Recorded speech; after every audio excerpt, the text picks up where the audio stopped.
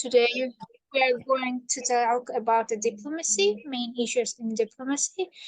And firstly, let me introduce myself and our club. My name is Sevgi. I'm the head of the education and project department of our club. Our club created under the political sciences of Marmara University. We are active student club since 2012. So, Mr. Fariz, if you don't mind, I would like to give the stage for the president of club, then we can start. Okay. So, Miss Ayşe Süreyya Azavar, the stage is yours. Thank you so much, Ms. Ajaloğlu.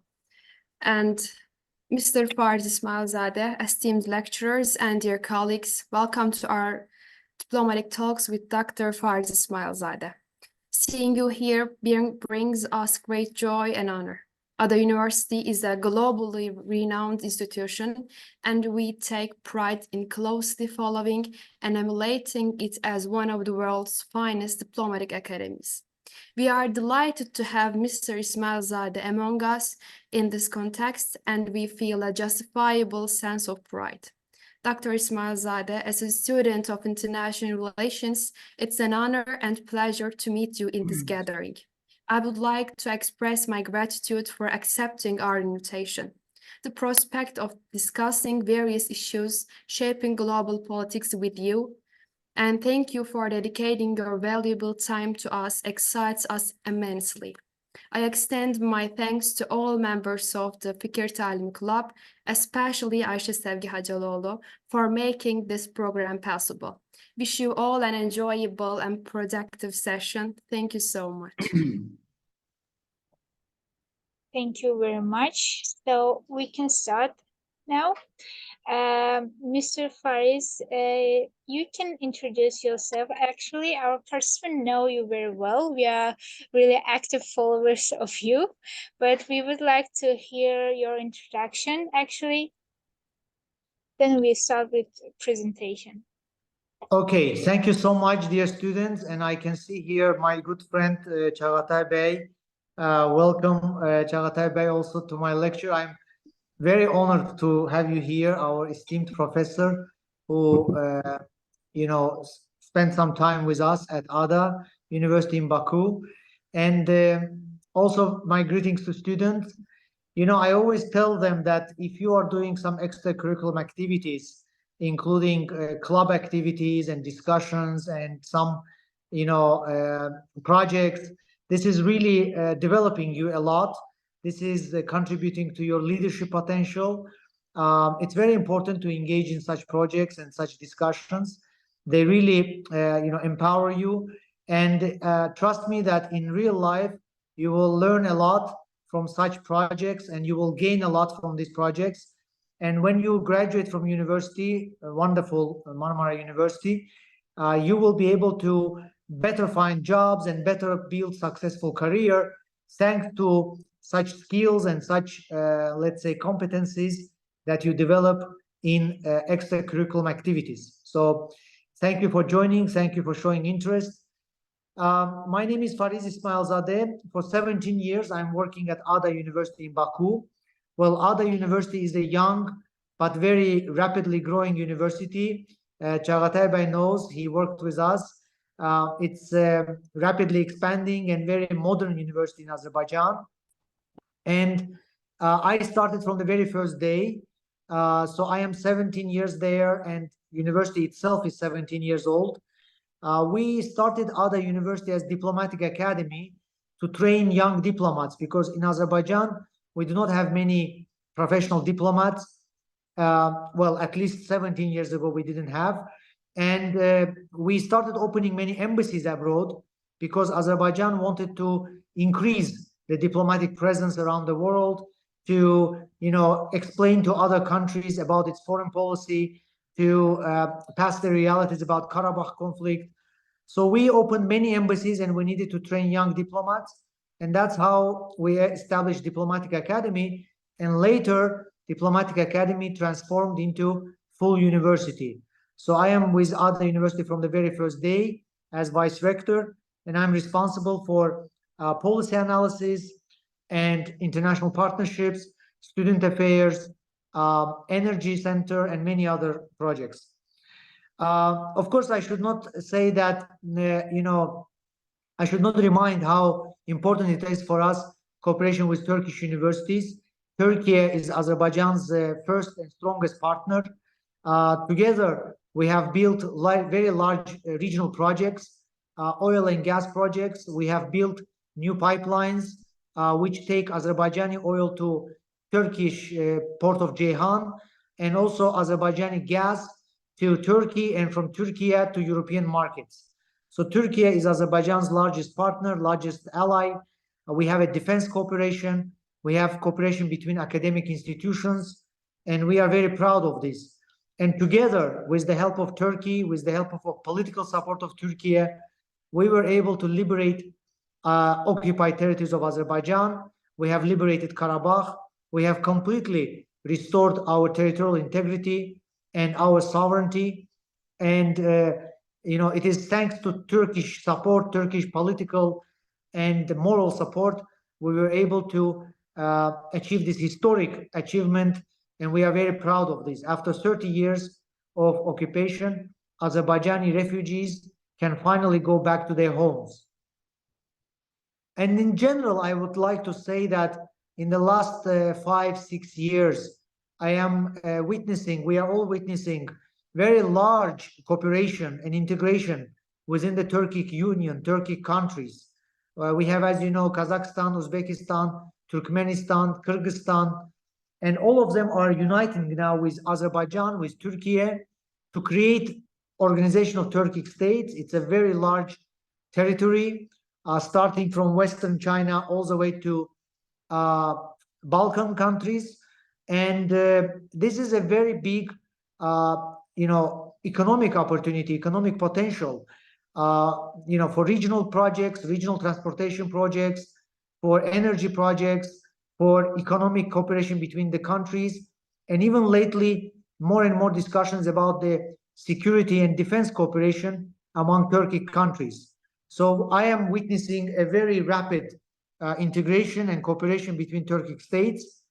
And in some ways, in the post-Soviet space and in the Eurasian space, this is becoming a very viable, very strong union, which is alternative to many other unions and regional organizations. So we are very proud of this cooperation with Turkey, and we believe that the growth of Turkey is also the growth and success of our countries. We are living through turbulent times.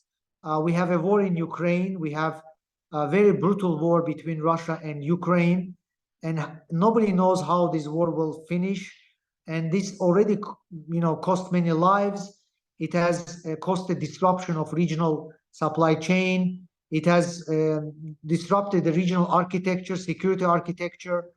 And we are very worried about this, and we are very concerned about this war.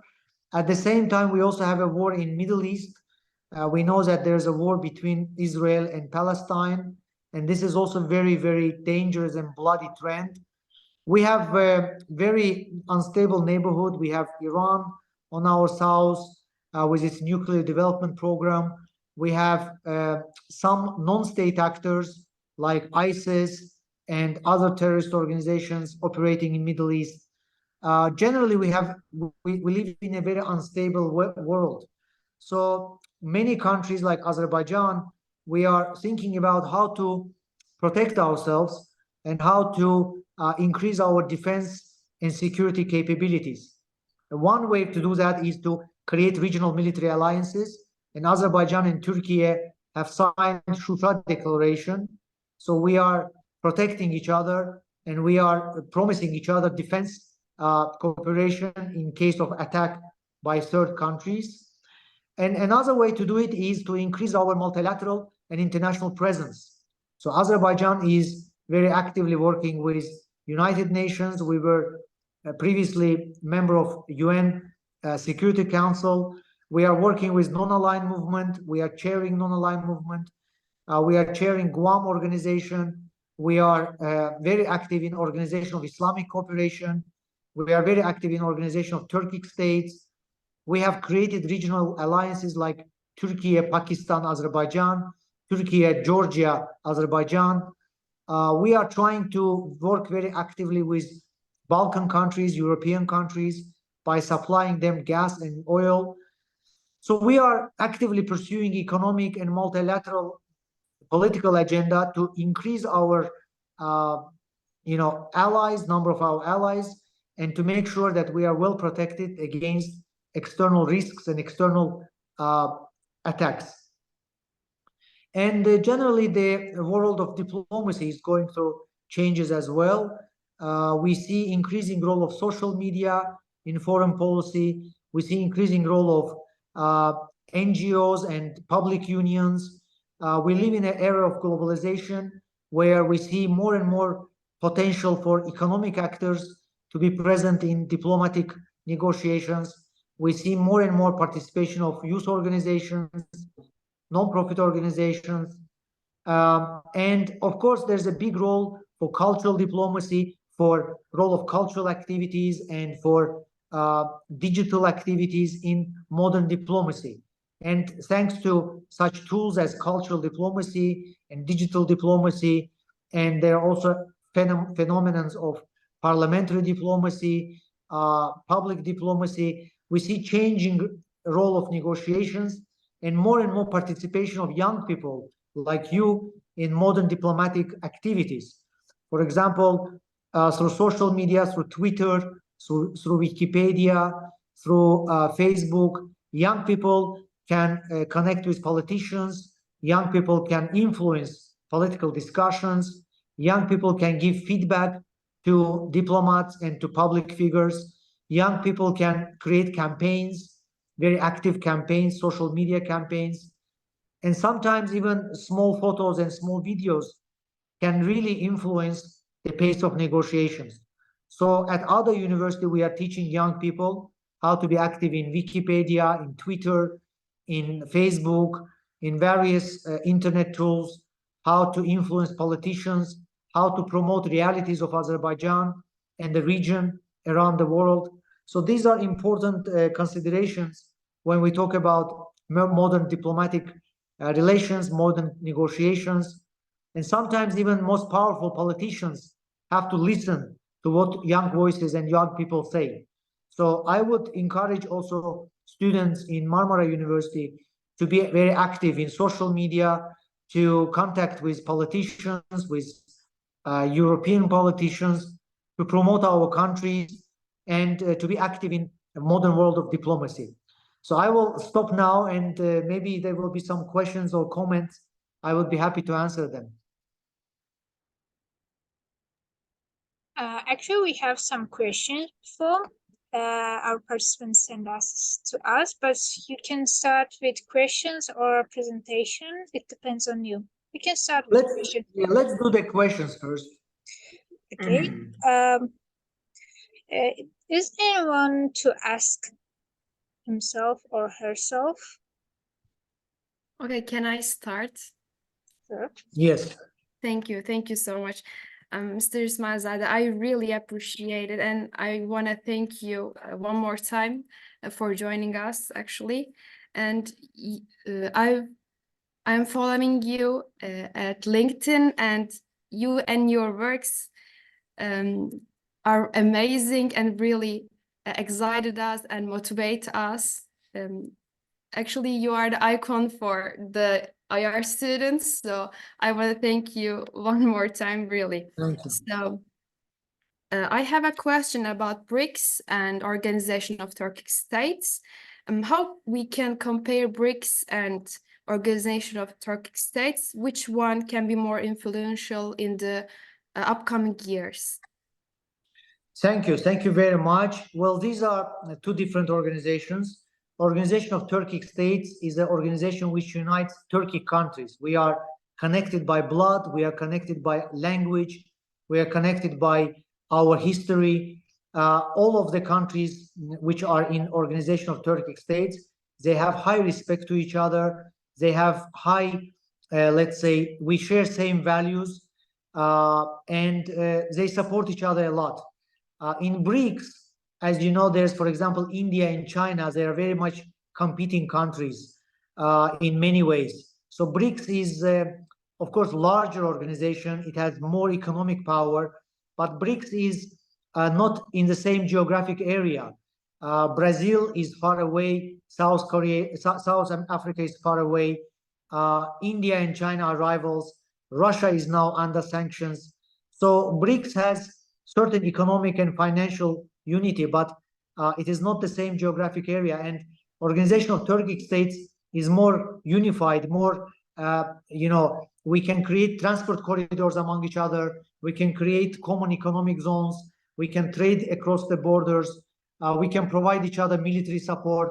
So we are close to each other. And what is very important is that nobody is forcing anybody to join Organization of Turkic States. There's no big brother, there's no small brother. All of them highly respect each other at equal level.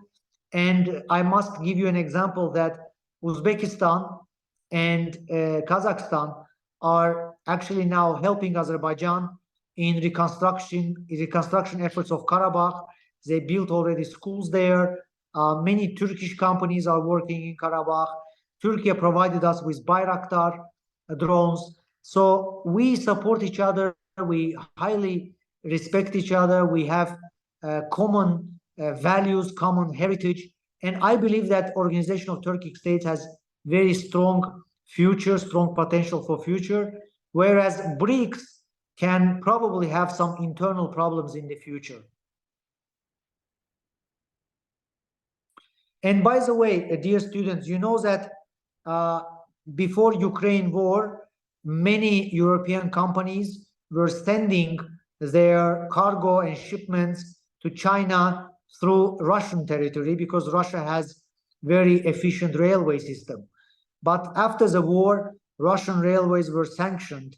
And now many European countries are looking for so-called middle corridor through Turkey, South Caucasus, and Central Asia to send their shipping, to ship their cargo, to ship their goods to Chinese markets. So our countries, the countries of Turkic states, Turkey, Azerbaijan, and Kazakhstan and Uzbekistan, we are now becoming a very important, very valuable middle corridor to support trade in Eurasian continent. Thank you very I think much. Çağatay Bey has a question. Yes, please. Fariz Muallim, it's great to see you here. Actually, international relations is not my area. My area is the finance. But anyway, I would like to join this conversation because you are here. So I would like to be in the same stage with you. Thank you very much for your presentation. By the way, I would like to ask about the Zengezur corridor. I mean, once you are talking about this transportation from China to Turkey and Europe, what about what is the latest news about the Zengezur corridor? Thank you, Çağatay Bey.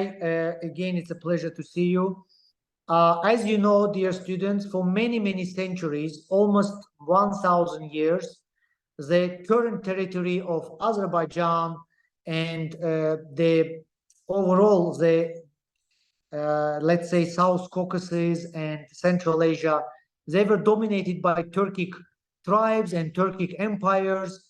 We had many different Turkic empires, and these territories were part of these empires. But when Soviet Union was established, in order to cut the ties of Turkey with Central Asian Turkic states, with Azerbaijan, Soviet Union in 1923 created, they transferred south of Armenia from Azerbaijan to Armenian Republic, and therefore the territorial connection between Turkey and Azerbaijan was lost. This was done by Stalin in order to prevent the unification of Turkic countries and to put Armenia in between Turkey and Azerbaijan. So this Zengezur territory, although it was populated by Azerbaijanis, by Turkic-speaking population, it was passed to Armenia. And nowadays, Azerbaijan proposed to Armenia to open Zangezur corridor to allow the railway connection and automobile connection between Azerbaijan and Turkey through the territory of Zangezur, through the territory of Armenia. And this would actually create a very convenient and very, short connection between Europe and Asia, and it would connect the railway system of Turkey and Azerbaijan and Central Asian countries. I believe that Zangezur corridor will happen. For now, Armenia doesn't want to open the borders, but I believe that sooner or later, once we sign the peace agreement, this Zangezur corridor will happen, and this will further, create integration between Turkey and Central Asian states, and it will create a very reliable transport corridor between Europe and Asia. At the moment, unfortunately, we do not have Zangezur corridor, so we are using Georgian territory to connect with Turkey. We have a railway through Georgian territory, and we are using Georgian territory for transportation purposes. But Zangezur corridor will be much shorter, much more convenient, and I'm sure it will happen. Sooner or later, it will happen. Thank you very much. So we have a question from Berk Seser. How will the Israel and Hamas war end? And what is Azerbaijan's stance on the Hamas and Israel war? So Azerbaijan, as you know, has very good relationships with Muslim countries, and in fact, with the support of Muslim countries, Azerbaijan was successfully elected to UN Security Council. Azerbaijan also was elected as a chair of Non-Aligned Movement. It's the largest organization after United Nations, more than 120 countries, and Azerbaijan is now chairing Non-Aligned Movement. And recently, Azerbaijan was voted as a country to host next year COP, Climate Change Conference. It's a very large conference. After Dubai, Baku will be hosting this conference, COP conference, COP29. So we are doing these diplomatic successes thanks to the support from Islamic countries. But at the same time, Azerbaijan has very good relationship with Israel. We have economic relationships with Israel. We are buying some technology from Israel. We opened embassy in Israel last year. So Azerbaijan is, of course, supporting, peace in the region. We are sending some humanitarian assistance to Palestinians. We are supporting dialogue and stability in the region. And we are against the war. We are against terrorism. We are against attack on civilians. Azerbaijan does not support radicalism, does not support extremism. And we are hoping that Israel and Palestine can achieve peace and create a two-state solution. We are supporting two-state solution in the region where both Palestinians and Israelis would have their own states and would have their stability and security. I would also like to say that there are some terrorist organizations like ISIS and Al-Qaeda and Hizb ut-Tahrir and many others, which are, it's dangerous organizations. They are always trying to create some terrorist attacks and radicalism, trends. Azerbaijan is not a type of a country which supports such organizations. We are not in favor of extremism. We are a very moderate Muslim country. And by the way, some of the girls in this room, I want to say that Azerbaijan is the first Muslim country which gave women voting right and equal participation in parliament in 1918. So more than 100 years ago, Azerbaijan became the first Muslim country to grant women voting right. So we are very proud of this heritage. We are very proud of moderate form of Islam, and we support peace process between Palestinians and Israelis on the basis of a two-state solution. Two-state solution is the way to bring peace to the region, and I don't believe that by attacking peaceful neighborhoods or by attacking civilians, neither Israel nor Palestine can improve their security. It is impossible to create security by attacking civilians. Sooner or later, the war will come back again.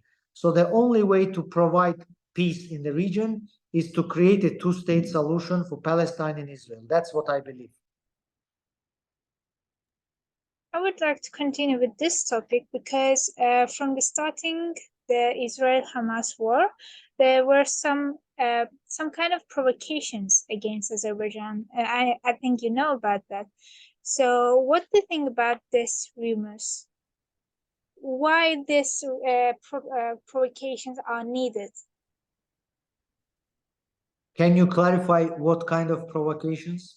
It's like Azerbaijan concretely supports Israel. Azerbaijan supports Israel and cause killings of Palestinian people, Gaza people, such kind of provocations. Yes, because Azerbaijan is, one of the few Muslim countries which has economic cooperation with Israel. We are buying some goods from Israel. We are selling some goods from Israel. We believe it's normal to trade with countries. We trade with Russia. We trade with Ukraine. We trade with China. We trade with all countries. So we are in favor of normal relationship with all countries, relationship which brings economic benefits.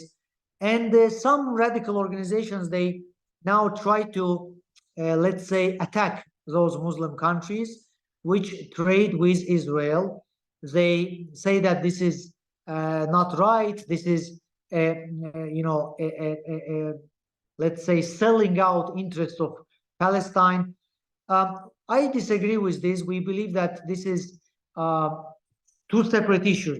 We must trade with each other. We must cooperate with each other. Azerbaijan equally strongly cooperates with Arab countries, with many Muslim countries. For example, recently we signed large agreements with Saudi Arabia company, with Emirati company, Masdar, Aqua Power. They are building big wind turbines, wind, solar energy plantations in Baku. We also work very closely with Turkish company, Egyptian companies. It's normal, in 21st century, in a globalized world, you must cooperate with each other. But at the same time, we are making statements against the war, against killings of civilians, against terrorism, radicalism, extremism. This is not right, what's happening in Middle East. And Azerbaijan, as you know, is one of the few countries which is providing aid to Palestinian refugees. So I don't think that this is right to attack Azerbaijan. Economic cooperation is separate from political issues and political agenda, I believe. Thank you very much for your clarification. So we have another question from Zeynep Dilan. What is the importance of Hungary in the context of Turkic states organization? Yeah, this is actually a very interesting case. Hungary, although it's a European country, but as you know, Hungary and Hungarians, they have Turkic roots. They have the Hungarian nation, the roots of the Hungarian nation come from, Turkic regions of Eurasia. They have emigrated many, many centuries. And after the establishment of Organization of Turkic States, Hungary decided to join it, and it is now creating a very positive synergy between Hungary and Turkic states. There's a lot of economic activities. There's a lot of trade issues. Hungary is supporting Turkic countries in European Union. We are bringing Hungarian investments. For example, recently, Azerbaijan has given Hungarian oil company a very large share in the Caspian Sea. We have bilateral flights, Wizz Air is flying to our countries. Now Hungarian companies are working in Karabakh. Azerbaijani government has hired Hungarian companies to reconstruct some of the villages. So it's a positive synergy. It is a positive development, and Hungarians are coming closer and closer to their Turkic roots, to their Turkic origins, to their Turkic identity. So this is win-win situation for both sides. I saw yesterday that Turkish President Recep Tayyip Erdogan also visited Hungary, and many new agreements were signed as a result of this visit. Yes, that's right. Thank you very much. Is there any question, or I can continue with mine? Okay, so I can add the questions, I think. Nowadays, there have been rumors that artificial intelligence will take away the jobs of diplomats in diplomacy. How effective is artificial intelligence in diplomacy? What do you think about that, Mr. Ismailzade? Yes, this is a good question. Let me start with impact of technologies on wars, because what happened in Karabakh with Turkish technology, drone technology, Bayraktars, it was absolutely impressive. And many military academies around the world are now studying the experience of Bayraktar in Karabakh, because they call it as the first war of 21st century, you know, using drones, using precision technology. Now you can fight with on a battlefield without humans. And in the future, there will be more and more robots, more and more artificial intelligence, more and more sophisticated technology. And how this will change the world, how this will change the military scenarios, it's unpredictable, because in the future we might have even robots fighting with each other, and some cyber wars, cyber virtual wars, and the same impact on diplomacy. We see more and more impact of technology. For example, when I started working at Diplomatic Academy 17 years ago, we did not have WhatsApp at that time, and we did not have social media. So many embassies were writing each other letters, official letters. And it would take many days, 3-4 days for official letter to arrive from one country to another country. And it would take a longer time to process documents. But nowadays, you don't need this diplomatic correspondence. You don't need letters. Everything you can do on WhatsApp, everything you can do with social media. You can immediately contact, let's say, diplomat from another country by WhatsApp in milliseconds. So, of course, there are some conversations that these technological developments is making the work of embassy redundant. And generally, the embassies have changed a lot. They used to do a lot of political work, but now they're doing a lot of cultural work, cultural diplomacy. They're doing a lot of economic diplomacy. They're organizing exhibitions and fairs and festivals. So the role of embassies has changed a lot, and technology is impacting that as well. Embassies are now trying to be more active in social media. They're spending more time doing videos and video materials, and they're working with young people. I don't believe that embassies will disappear immediately, because what we saw during COVID period, that during emergency situations, we need embassies. We need embassies to evacuate citizens. We need embassies to help cross the borders, to help sick people. We also see embassies helping a lot during earthquake situations. So I don't believe that embassies will completely disappear, but the way they work, the way they're organize their daily activities is definitely changing, and definitely being impacted by role of technology a lot. Thank you very much for your answer.